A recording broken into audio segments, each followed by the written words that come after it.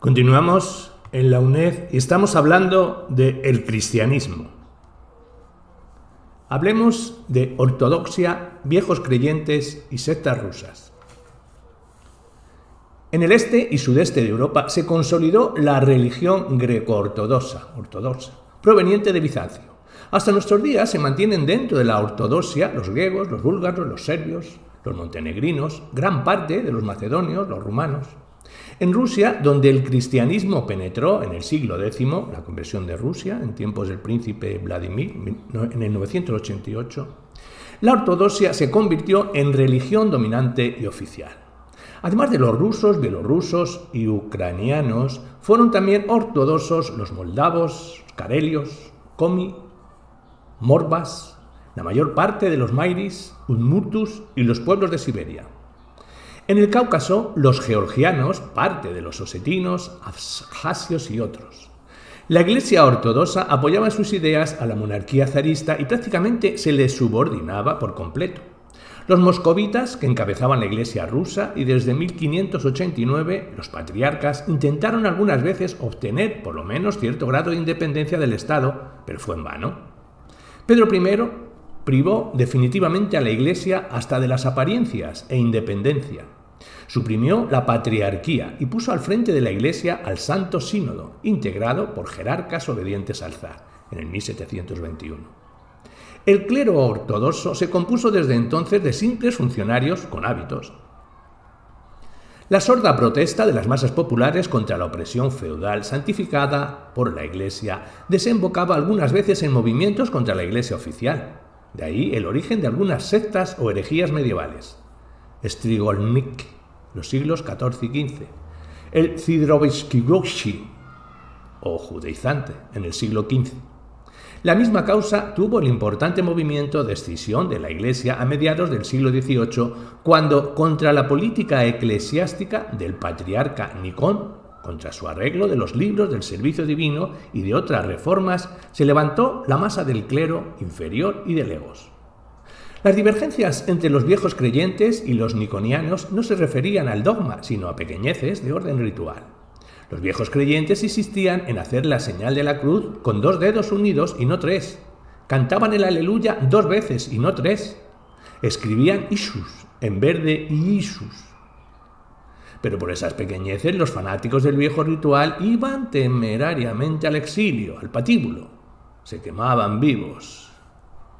La secta de los viejos creyentes, sin embargo, tampoco permaneció unida. También se escindió.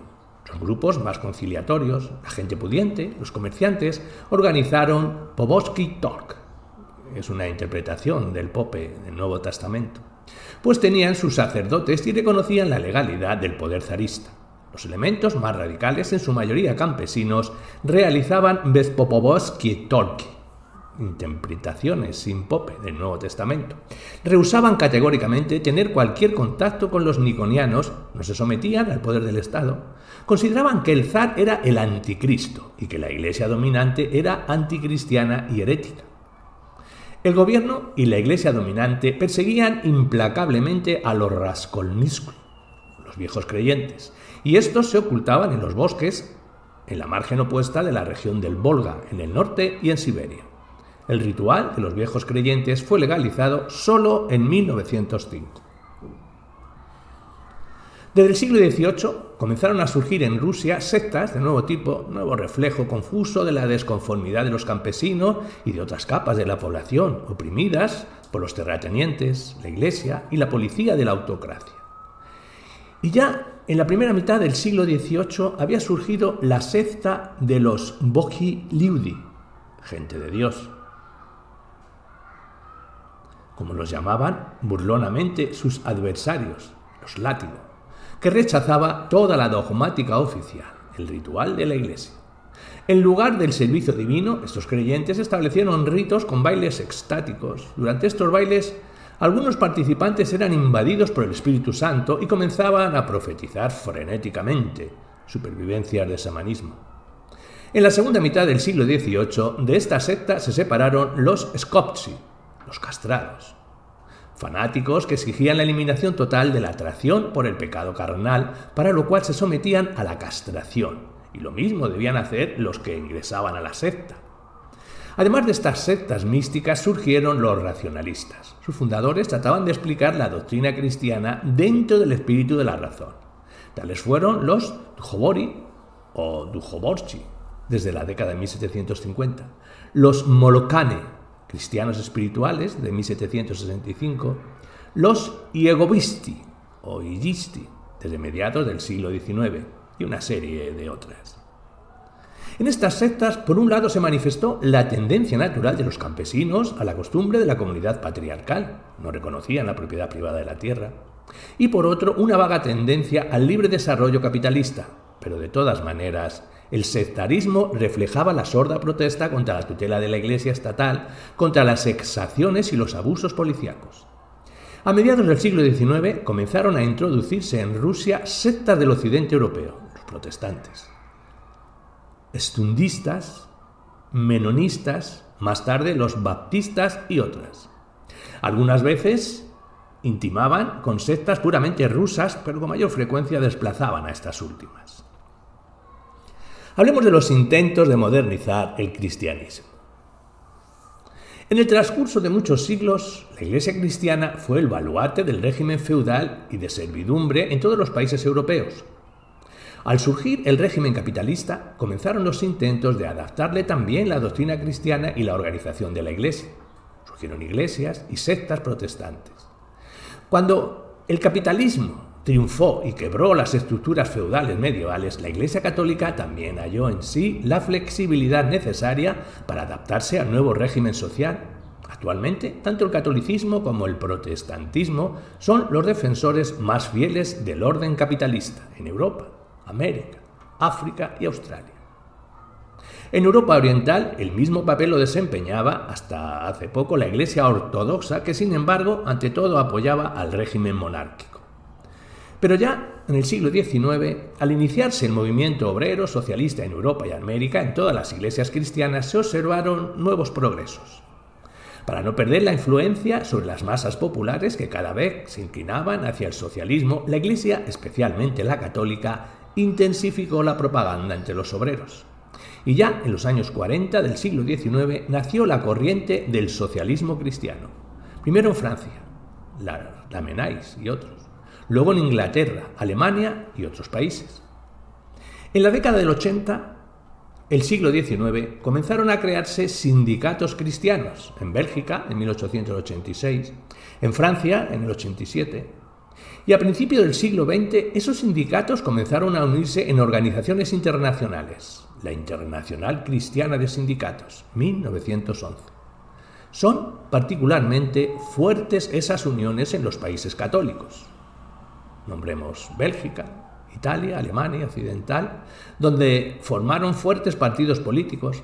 Estos últimos llegaron a ser, en los años de posguerra, partidos gobernantes en algunos países.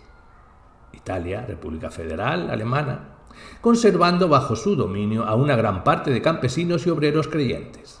Existen también organizaciones católicas de la juventud, de mujeres, de deportes. Los servidores de la Iglesia se ven obligados a tener en cuenta también los cambios ocurridos en la ciencia, los enormes progresos alcanzados en los siglos XIX y XX, tanto en las ciencias naturales como en las exactas. Han demostrado claramente su incompatibilidad con la vieja concepción bíblica del mundo. Y a pesar de que entre los teólogos y los eclesiásticos cristianos existe aún la corriente del fundamentalismo, en especial en Estados Unidos, donde se formalizó alrededor de 1910, y que defiende firmemente la comprensión liberal de la Biblia y no admite concesión alguna a la ciencia, los teólogos, de mayor amplitud de miras, iniciaron ya hace tiempo un movimiento para conciliar el dogma cristiano con la ciencia. Tratan de dar una explicación alegórica de los textos bíblicos y evangélicos. Así surgió el modernismo, ya muy difundido en los círculos teológicos católicos y protestantes. La Iglesia cristiana, por fin, también se ve obligada en nuestros días a tomar posición en la lucha entre el campo imperialista y el campo de la paz y del socialismo, lucha que en estos momentos adquiere formas agudas. En los países burgueses, donde se apoya al régimen capitalista basado en la propiedad privada, lucha contra los medios a su alcance contra el comunismo mundial.